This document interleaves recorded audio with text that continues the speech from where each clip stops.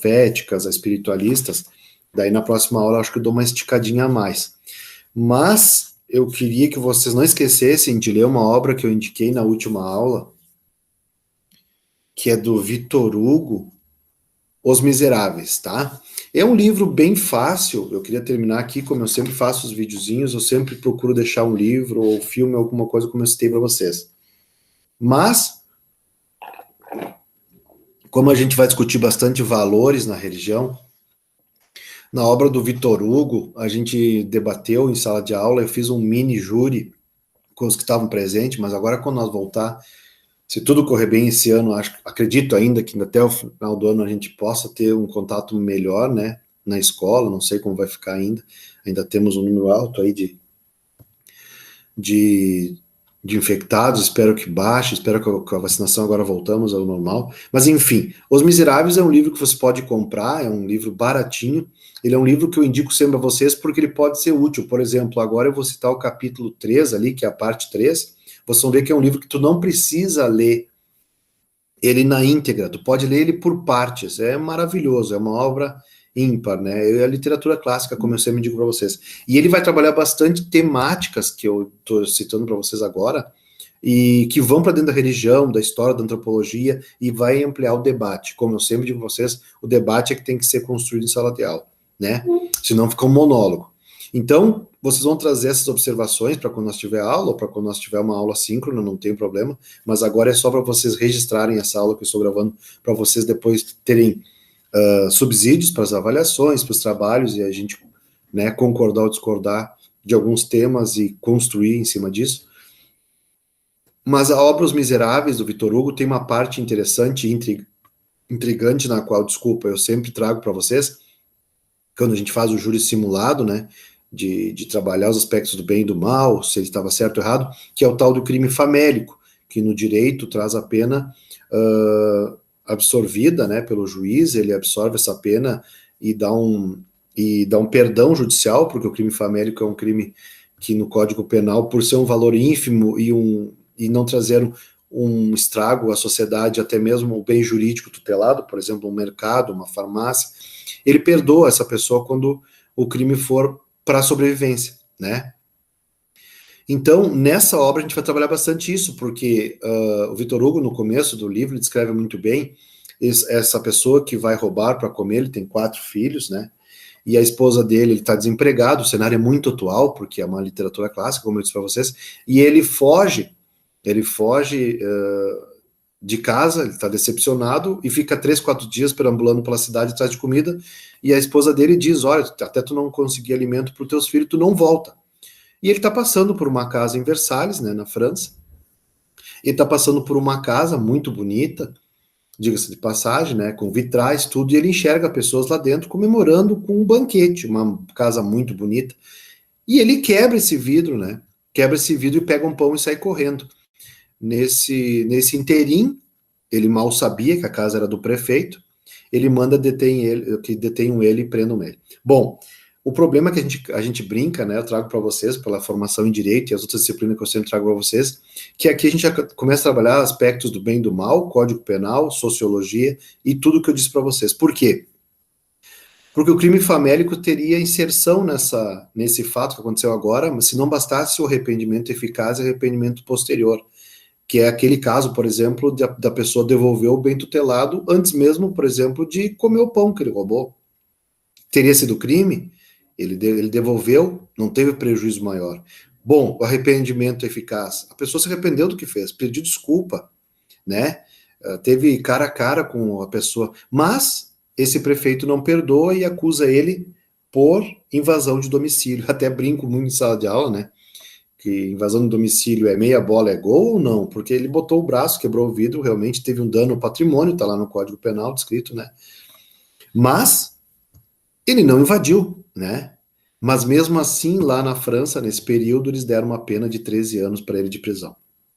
E aí a gente entra em debate, né? E aí a gente entra, para que serve a religião? Onde está a religião inserida nisso? Nesse capítulo 3 que eu falo para vocês.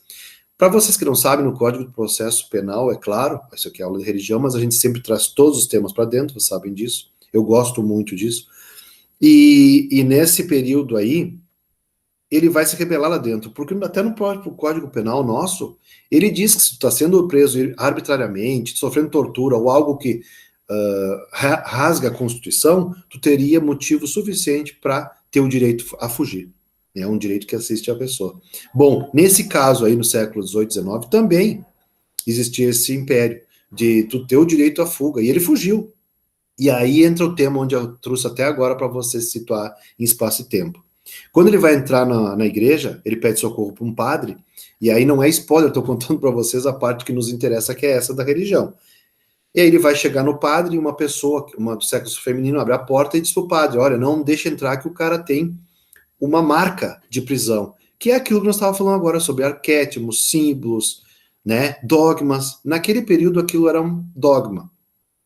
E aí eu lembro para vocês que Jesus Cristo também tinha esses estigmas, tem até um livro Estigmata, que é muito bom, sobre os símbolos da Igreja Católica, e aí nós temos os estigmas que Jesus tinha.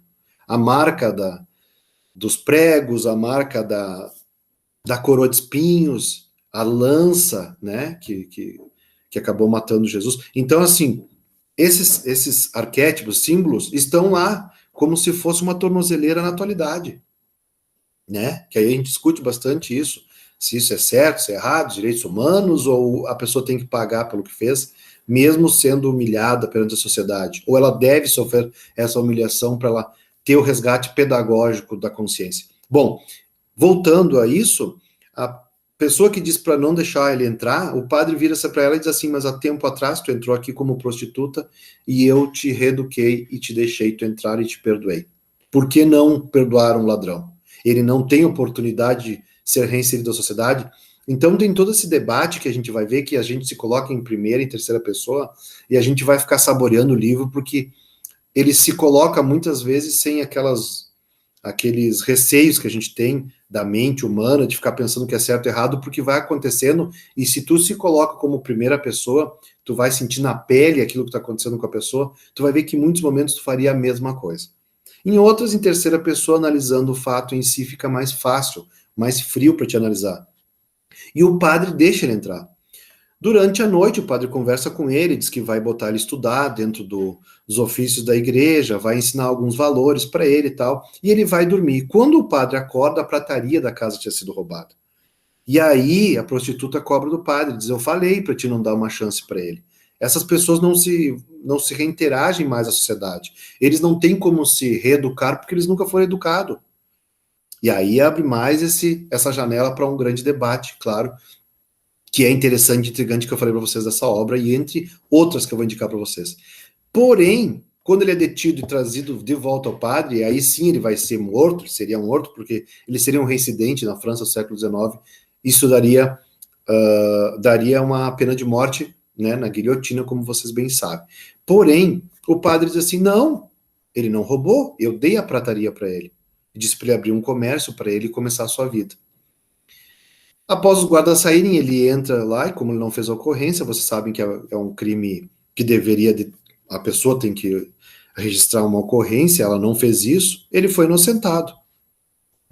E aí ele se ajoelhou na frente do padre e disse, eu entendi para que serve a religião, para nos perdoar, para nos dar salvação e para nos reinserir à sociedade com valores que a sociedade contempla. Então aqui eu fiz esse adendo para vocês, e aí claro que o livro vai ficar maravilhoso, porque aí ele vai estudar e vai fazer uma nova identidade, o padre vai, digamos assim, os antecedentes deles vão ser apagados, como a gente sabe também no Código de Processo Penal, se eu não me engano, salvo engano, o artigo 93, se eu não me engano, no Código Penal também, eles resgatam a pessoa que está presa e apagam a conduta dela dos últimos 5 anos para que ela consiga arrumar um emprego. Porque senão vocês imaginem chegar a procurar um emprego com o currículo lá e a pessoa ter sido presa, né? Então, provavelmente quase ninguém daria emprego para essas pessoas. Então, tem isso que o livro contempla, que também traz a realidade contemporânea agora, né? Desculpa a redundância, a realidade contemporânea, mas enfim, o fato é como se fosse hoje. E aí ele anula essa ficha criminal, ele nasce para a sociedade de novo e fica interessante porque ele vai virar prefeito dessa cidade. E vai começar a rever algumas coisas que a religião trouxe para ele, como ir lá na prisão agora e ver quem realmente merecia estar preso ou não, quem realmente estava lá há 15, 20 anos porque roubou um pão, e muitos que estavam ali naquela sociedade francesa estavam roubando milhões, né? Estavam roubando comida de pessoas que estavam sem comer, remédio de pessoas que estavam moribundas, e ele vai fazer uma revolução dentro dessa sociedade, e aí o livro vai ficando maravilhoso para vocês ver como seria a utopia de ter uma sociedade como a gente queria.